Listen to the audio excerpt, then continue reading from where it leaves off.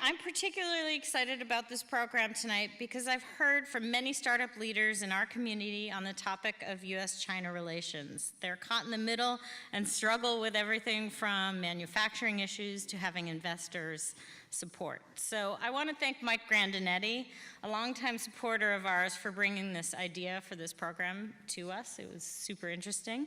And with that, I'm going to have Mike kick it off. Thank you.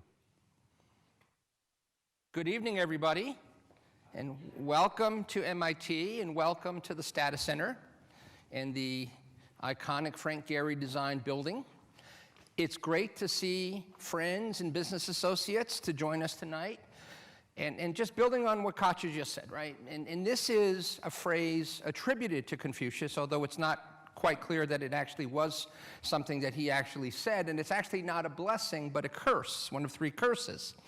May you live in interesting times. And I don't think there is any question that when it comes to China-US relations, given what we're hearing on the news day in and day out, we are indeed living in probably unprecedented times in our lifetimes, okay? Certainly for the last 40 years. So the Chinese Communist Party was born in 1949. They are about to celebrate the 70th anniversary of the creation of the party.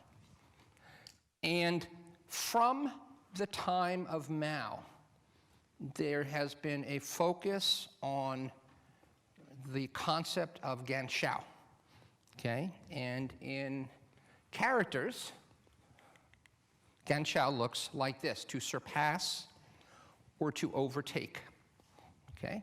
Now, on Friday night at Fenway Park, some of you may have been fortunate enough to see one of the legendary rock and roll bands of all time, The Who, rock the house. One of the most famous songs by The Who is Won't Get Fooled Again, and one of the great lines is, meet the old boss, he's the same as the new boss. Now, why would I be referencing The Who in a talk on MIT-China relations, or US-China relations?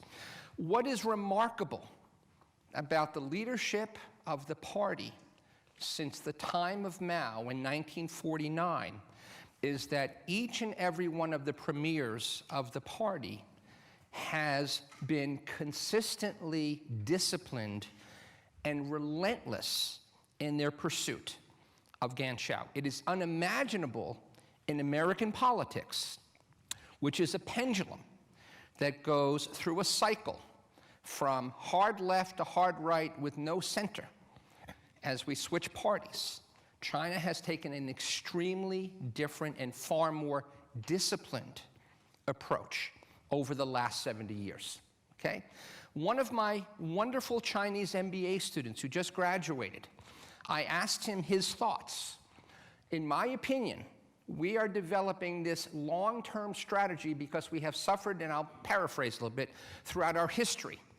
All of us as Chinese were educated or witness to the history of how we were left behind from the world, and it's one of the strongest motivations, okay?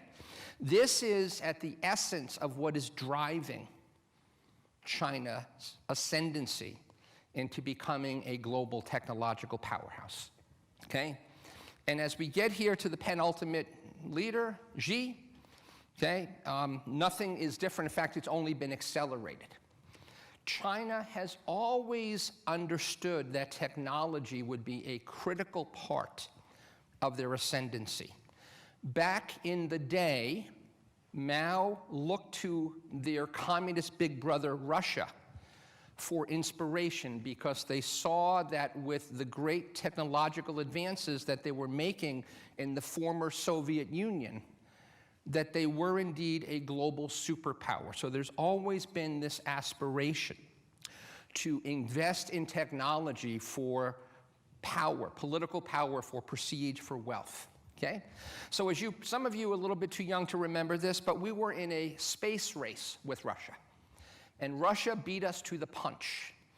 In 1957, they launched their Sputnik satellite into space, and it was a shot across the bow, which ultimately led President John F. Kennedy to challenge the United States to head to the moon, okay?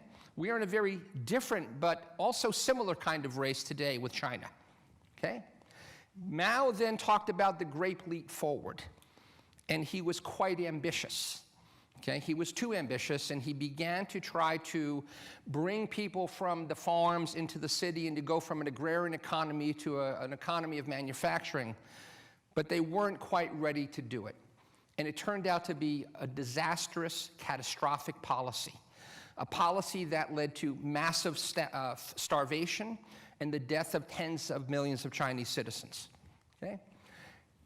His deputy, Zhou Enlai, his protege, eventually became premier, and he continued the concept of Ganshao. He talked about the four modernizations: agriculture, industry, science and tech, and national defense. And then very quickly, he and Mao passed the same year, and they handed over the Communist Party to Deng. And Deng was, in fact, a real reformer. His initial policy was, we want to catch up with the West. They invested at the time, which was significant capital for China, 15 billion USD in importing technology into mainland China.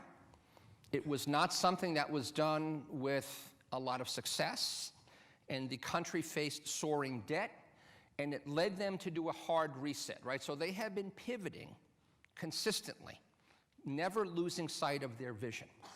And this led to market reforms, a national industrial policy, similar to Japanese industrial policy that led to their ascendance as a great manufacturing power in the 1970s and the 1980s under MIDI, and ultimately the opening of the market, okay?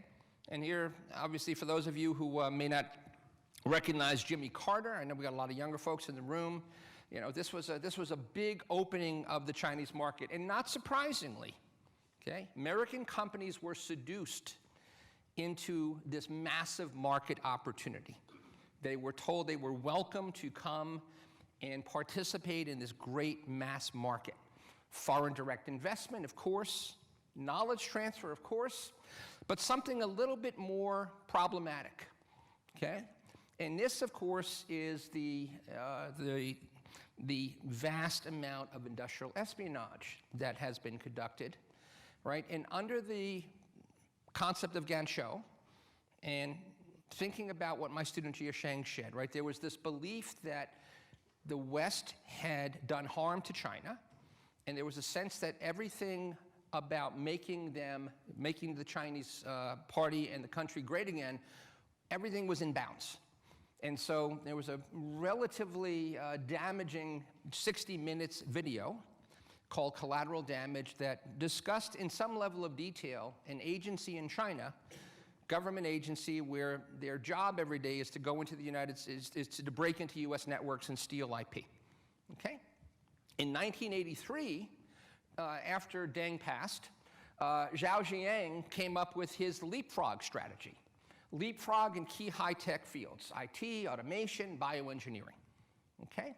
And it led to the formation of a couple of national champion Chinese companies. The first was Lenovo. Li Shunzi was an engineer at a state-run Chinese Academy of Sciences. He founded Lenovo as a side hustle, and he's grown it into one of the great PC makers on the planet. His daughter actually runs Didi. And Travis Kalanick was doing one hell of a job raising money until he ran into Didi in China, and he got knocked on his butt. So this is a woman who grew up in a very entrepreneurial household with someone who built a world-class company, learned at her father's knee, and she's done a great job of creating a next-generation Chinese platform company, Didi. Okay. A much more controversial company was founded by Reng Zhengfei, right? He was an official in the People's Liberation Army Corps of Engineering. Okay, his job at the time was to import and to do reverse engineering on electronics and network equipment and hardware. And he started Huawei in 1987, okay? And he won a lot of high profile of endorsements of very senior level people in the party. He was loaned tens of billions of dollars, and Huawei became a national champion, as it is today in China. There's a lot of emotion around the tension that the US has been laying at the feet of Huawei over the last couple of years, okay?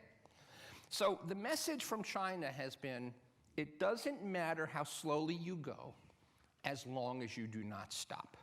So the Beatles on their album talked about the long and winding road. And China has, in fact, done that very thing, right? They've taken a 70-year path, but they have gotten to their end destination. If you look at the economic transformation of China, it is remarkable, okay? When they opened up the market in 1978, their GDP was $150 billion. Today, their GDP is $12 trillion. Previously, their GDP was about 1% of global GDP. Today, it is roughly 16% of global GDP. So make no mistake, China has made extraordinary progress. They don't play the short-term game the way we do in the United States. They think in terms of 100-year epics, and they have succeeded in spades, okay? Recently, they opened up the STAR market. The STAR market is their NASDAQ. It opened up in July. They floated their first 25 companies on the STAR market. And so, you know, they are bringing things closer to home. About a year ago, The Economist wrote an extremely controversial article called Peak Valley, talking about has Silicon Valley hit its peak, okay? And there's a lot of arguments that it's have some real struggles and that obviously the cost of doing business, the cost of living in Silicon Valley is very tough, okay?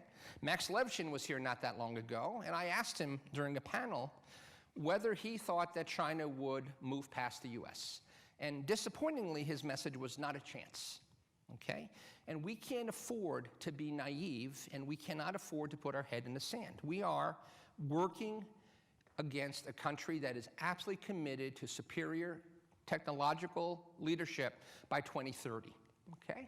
So Peak Valley shows that innovation everywhere is becoming harder. Even the great Alibaba has struggled, right? Outside of China, a lot of Chinese companies have struggled to establish market dominance in markets outside of their home country. It's been tough, okay? Huawei, of course, has not struggled. Huawei dominates the world of telecom, and they are undisputedly the leaders in 5G. Now, what's even more incredible, I don't know how many of you heard this, is that just a few days ago, Huawei's CEO offered to share their technology, their patents, their know-how with a Western company. Of course, not for free, as a way to assuage a lot of the concerns that have been laid at the feet of the company by Trump and his administration, okay? And so we are in a race. There is no question about it. I tell a lot of my students that today, when I teach my disruptive innovation class, I don't use US case studies anymore. I use Chinese case studies. I think Chinese companies are being incredibly innovative, okay? We have come a long, long way, and China is an absolutely world-class technological innovator, not just at the product level, but at the business model level as well. So Xi's vision for the future, national rejuvenation, an asymmetrical strategy to surpass the US, made in China 2025, AI superiority by 2030, and this is the last point I'll make. Just a couple of days ago, Michael Kratsios, the US CTO, made an announcement thinking that he would be given lots of accolades, that the US was committing $1 billion USD to non-defense related AI R&D. He got slapped. It was amazing how badly he got slapped, including Jackie Medecki, the director of Intel's US AI and Healthcare Policy Division, said something pretty dramatic, right? We're nowhere near where we should be in government funding for AI research. There's a government role, and frankly, there's a little bit of failure here to show us examples of AI and how AI can help us,